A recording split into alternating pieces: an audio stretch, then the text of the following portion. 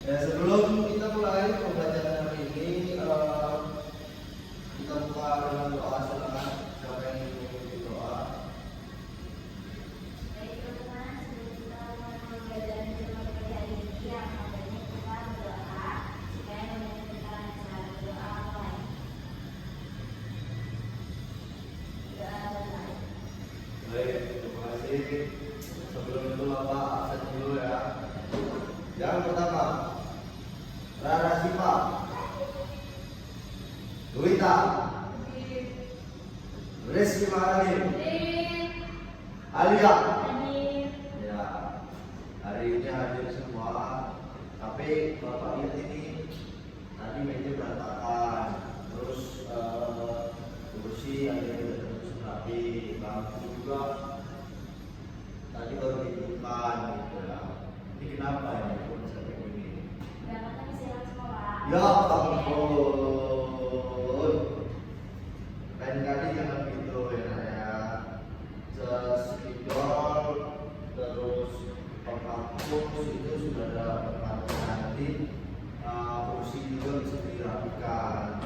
Kita sama-sama mengelola kelas dengan baik supaya kita juga bisa belajar dengan nyaman. Oke? Baik, kita akan belajar tentang teks diskusi. Sebelumnya kita sudah belajar bagaimana dan mengetahui seperti apa teks diskusi, bagaimana kita berdiskusi dan seperti apa cara berdiskusi itu kita sudah tahu gitu ya.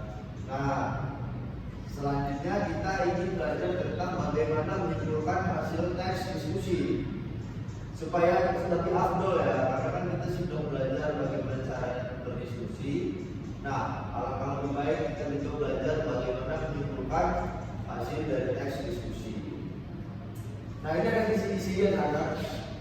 Kisi-kisi ini juga memudahkan kita dalam mengetahui dan juga mempelajari bagaimana cara menyimpulkan hasil teks diskusi. Coba kalau membacakan Kisi-kisi dalam menyimpulkan hasil teks diskusi perlu memahami terlebih dahulu struktur teks diskusi agar mampu menyimpulkan dengan baik. ya, perlu memahami struktur teks diskusi. Jadi artinya adalah dalam menyimpulkan hasil diskusi kita tidak bisa juga secara asal hanya melihat bagaimana hasil diskusi di akhir saja, tetapi kita juga perlu mengetahui seperti apa struktur dari teks diskusi tersebut agar kita bisa mengikuti alur diskusi dari awal sampai akhir.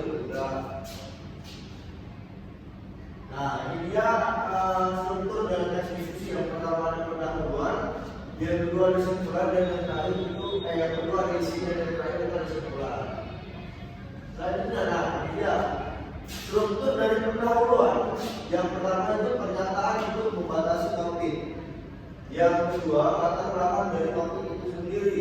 Yang ketiga sudut pandang berbeda yang akan dibahas. Nah, dalam pendahuluan ini biasanya di dalam teks diskusi kita langsung memberikan pernyataan untuk membatasi suatu topik. Artinya adalah pernyataan yang kita nyatakan itu langsung menjurus, langsung kita ingin ke topik yang ingin dibicarakan.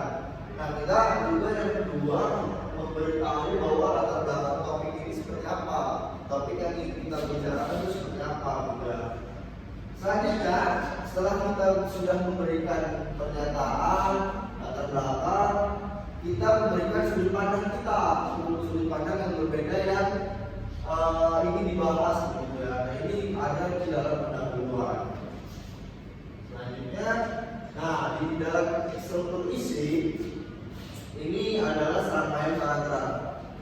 Nah, 2 atau 3 paragraf itu dengan argumen setuju. Dalam arti kita menyetujui apa yang terjadi ya. Dan alasan serta contoh yang mendukung gagasan kita setuju dulu nih.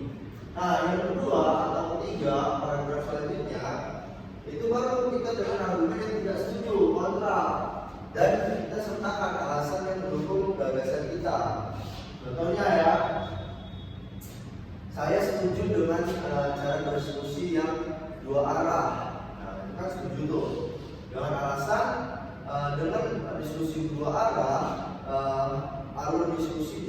lebih menarik dan juga jadi lebih menyenangkan. Oke, setuju kontra pro. Selanjutnya jika ingin kontra, kita kasih argumen kita. Tetapi dalam diskusi dua arah juga perlu diberikan kepada moderator supaya apa? Ini alasannya supaya apa? Supaya ada yang bisa mengontrol alur diskusi, tidak jadi keluar dari topik yang dibahas. Nah, itu memberikan contoh berargumen yang baik. Yang pertama setuju, yang kedua kita tidak setuju, tetapi tetap memberikan alasan. Nah, selanjutnya itu menggunakan bahasa persuasif. Dan selanjutnya menggunakan bahasa kohesif untuk mengubah gagasan atau menyebabkan perubahan pendapat. Nah, ini dalam simpulannya ya, dalam teks diskusi juga perlu kita memberikan simpulan. Yang pertama, simpulan argumen dari dua sisi.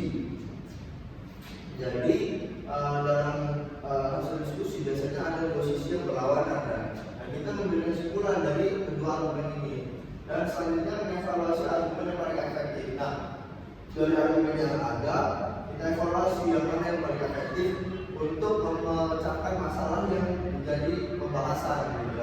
Selanjutnya rekomendasi satu sudut pandang berdasarkan argumen yang disajikan. Nah, pastinya dalam diskusi itu ada satu atau dua sudut pandang yang dikatakan bisa dibilang itu ini yang lebih efektif atau ini yang lebih masuk gitu ke dalam topik yang dibicarakan. Nah, rekomendasikan satu sudut pandang itu di mana sudut pandang ini bisa membantu atau menjadi argumen yang bisa disajikan secara baik gitu ya.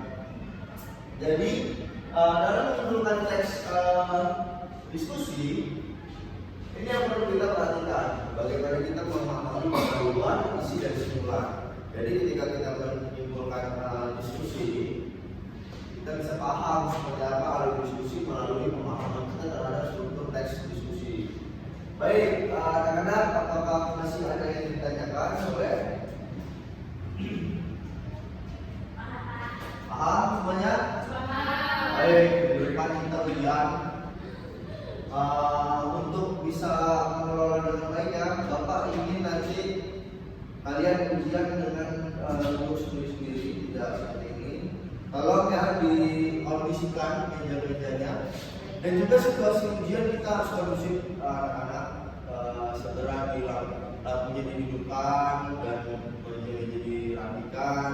Ini bila perlu nanti dikasih taplak meja gitu ya. Nanti kita sama-sama mengelola kasus dengan baik supaya pembelajaran kita bisa lebih nyaman dan efektif gitu ya.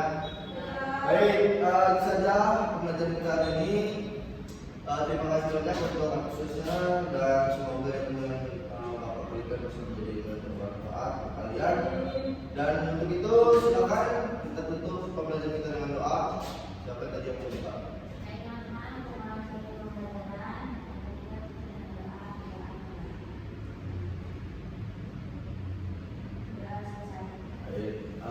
saya atur di sini. Terima kasih ya semua. Assalamualaikum warahmatullahi wabarakatuh. Saya Rara Syifa Hamidah selaku observasi lisan dari Saudara Martin Hamonangan Napitukulu pada keterampilan 6, yaitu keterampilan mengajar mengelola kelas. Saudara Martin pada melakukan pembelajaran telah melakukan komponen-komponen yang diperlukan pada keterampilan 6. Yang pertama, Saudara Martin telah melakukan prinsip pengelolaan kelas seperti melakukan kehangatan dan keantusiasan antara guru dengan siswa, melakukan tantangan kepada siswa, melakukan pembelajaran yang bervariasi supaya tidak membosankan bagi siswa, melakukan kelulusan dan memberikan keterampilan yang baik kepada siswa. Setelah itu penanaman disiplin diri. Pada keterampilan ini, Saudara Martin telah melakukan komponen-komponen dengan sangat baik pada pembelajaran. Setelah itu, Saudara Martin melakukan pengelolaan penataan ruang kelas.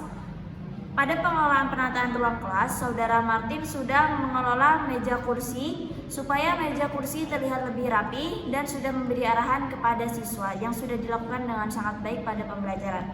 Setelah itu, Saudara Martin melakukan pengelolaan alat pembelajaran. Saudara Martin melakukan pengelolaan alat pembelajaran seperti menggunakan salindia, televisi, dan spidol. Setelah itu, Saudara Martin melakukan penataan keindahan dan kebersihan kelas yang sudah dilakukan dengan sangat baik serta memberikan arahan kepada siswanya. Setelah itu, Saudara Martin memperhatikan ventilasi dan tata cahaya di dalam ruang kelas yang mempengaruhi semangat belajar siswa yang sudah dilakukan dengan sangat baik pada pembelajaran. Setelah itu, Saudara Martin Hamonangan Apitupulu melakukan tindakan pengelolaan kelas. Yang pertama adalah tindakan pengelolaan kelas preventif. Saudara Martin melakukan sikap tanggap, perhatian, dan keterlibatan pada pembelajarannya dengan siswa. Setelah itu, Saudara Martin memberi perhatian pada waktu yang bersamaan saat mengajar kepada siswa yang sudah dilakukan dengan sangat baik pada pembelajaran. Setelah itu, Saudara Martin merumuskan perhatian kelompok pada tugas yang diberikan. Saudara Martin juga memberi petunjuk-petunjuk yang jelas supaya siswa dapat mengerjakan tugas dengan sangat baik yang sudah dilakukan dengan sempurna pada pembelajaran. Setelah itu, Saudara Martin memberikan teguran tingkah laku siswa yang mengganggu kondisi kelas, supaya siswa lain tidak terganggu saat pembelajaran yang sudah dilakukan dengan sangat baik pada pembelajaran. Setelah itu, Saudara Martin melakukan tindakan pengelolaan kelas represif, yaitu perubahan tingkah laku siswa dan melakukan hal yang menimbulkan dan memecahkan tingkah laku yang terdapat masalah dari siswa. Sekian, terima kasih.